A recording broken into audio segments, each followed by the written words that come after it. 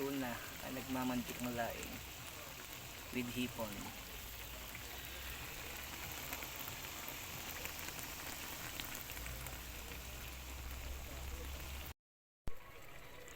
Nigniyugan, isama na natin dyan. Pwede yun guys, yan.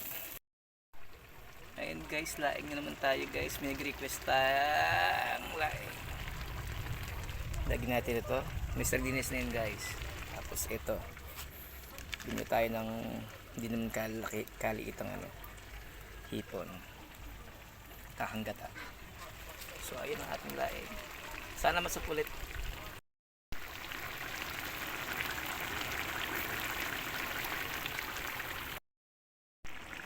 Magata ang laing natin guys, magata.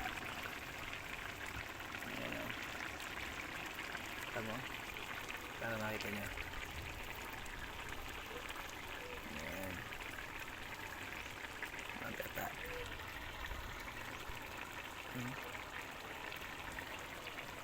Iyo. Ilagay na natin ang ating yan.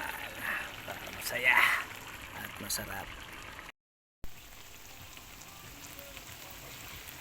Luto na ang nagmamantik na laing with hipon.